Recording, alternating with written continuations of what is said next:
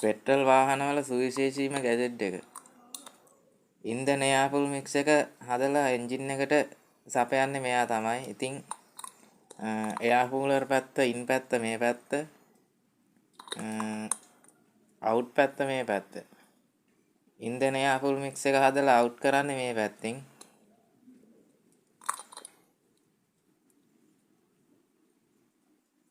ඉතින් මේක අපිට බලා ගන්න පුළුවන් තෙල් ඇනේ තියෙනවා, හුලං ඇනේ තියෙනවා. යටින් ඕෆ්ලෝ ලයින් එක තියෙනවා.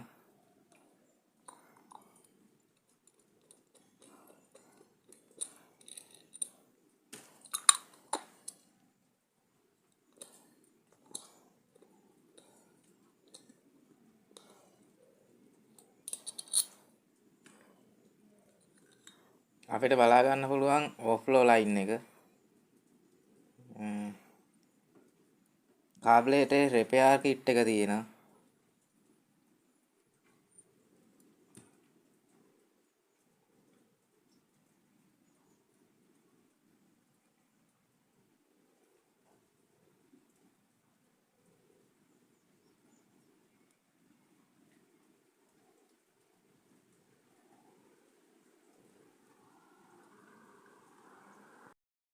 අපිට බලා ගන්න පුළුවන් කාබ්ලේටරේ ප්ලෝට් එක. මේකට ප්ලෝට් එක කියලා කියන්නේ.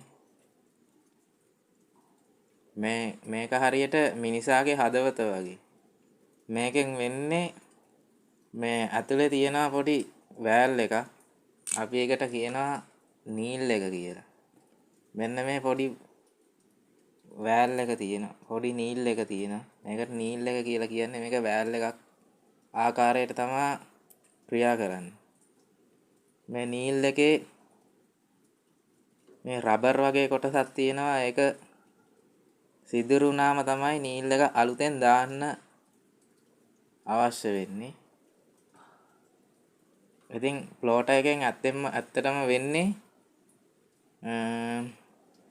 කාබ්ලේටරේට පෙට්‍රල් පිරුණාම ප්ලෝට් එක උඩ එනවා.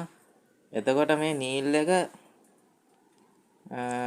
මේ ප්ලෝට් එක උඩ ආවට පස්සේ මේ නීල් එක මේ මෙතෙන්ට තමයි සෙට් ජොයින්ට් වෙන්නේ. ඉතින් නීල් එක උඩ පාදට යනවා, තෙල් ඇරෙනවා වැහෙනවා. ඒක තමයි මේකේ මූලික ක්‍රියාවලිය. අපිට බලා ගන්න පුළුවන් හුලන් ජෙට් එක සහ පෙට්‍රල් ජෙට් එක. මේක තමයි හුලන් ජෙට් එක. මේක පොඩි එක තමයි පෙට්‍රල් ජෙට් එක. අනිවාර්යෙන් කාබ්ලේටර් ක්ලීන් කරනකොට අනිවාර්යෙන් මේ දෙක ක්ලීන් කරන්න ඕනි.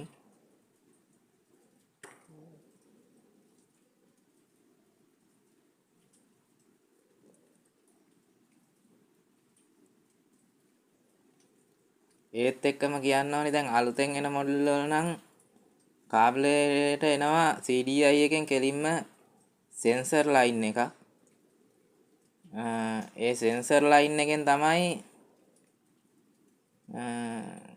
කාබ්ලේටරේ අපි මේ කාබ්ලේටර් වල නම් මැනුවල් ඉනේ ඉන්ධන වායු මිශ්‍රණය හදන්නේ. අලුතෙන් එන මොඩල් එකේ සෙන්සර් ආකාරයට තමයි ක්‍රියාදාමය සිදු වෙන්නේ.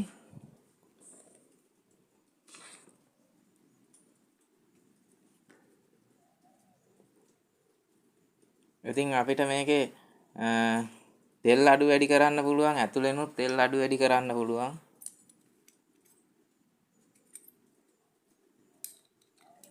ඒත් එක්කම ඉන්ධන මිශ්‍ර වායුව පිටිනුත් හදන්න පුළුවන්. පිටිනුත් තෙල් ඇඩ්ජස්ට් කරන්න පුළුවන්. ඊට පස්සේ අපි කතා කරමු චෝක් එක. චෝක් එක හදිස්සියට වාහනය ස්ටාර්ට් නොවුනම අපි චෝක් එක ක්‍රියා කරනවා. එතකොට චෝක් එකෙන් වෙන්නේ චෝක් එක ඔහම ක්‍රියා කරාම එතකොට මෙතන සිදුරු දෙකක් තියෙනවා.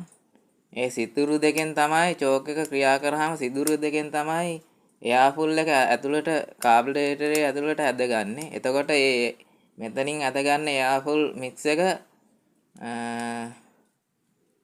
ජොයින්ට් වෙන්නේ මෙන්න මේ නීල් එක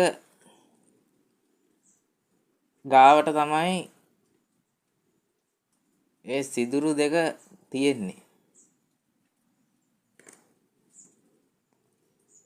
ඉතින් පෙට්‍රල් වාහනවල කාබුරේටර් වල සිදුවීම තමයි කතා කරේ.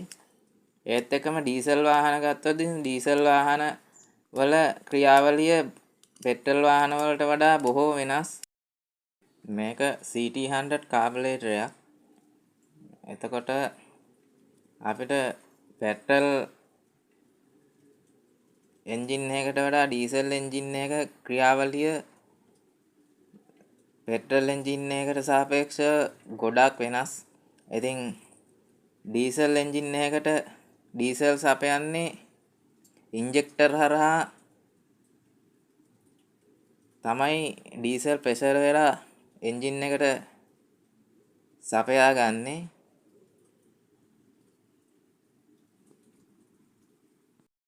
මේ කාබුරේටරයක් නිවැරදිව ක්‍රියා කරන්න නම් මේ තියෙන ජෙට් තියෙන වෑල් ඔක්කොම ක්ලීන් කරන්න ඕනේ. මොකද මේවා පෙට්‍රල් එක්ක රොඩු වෙනවා.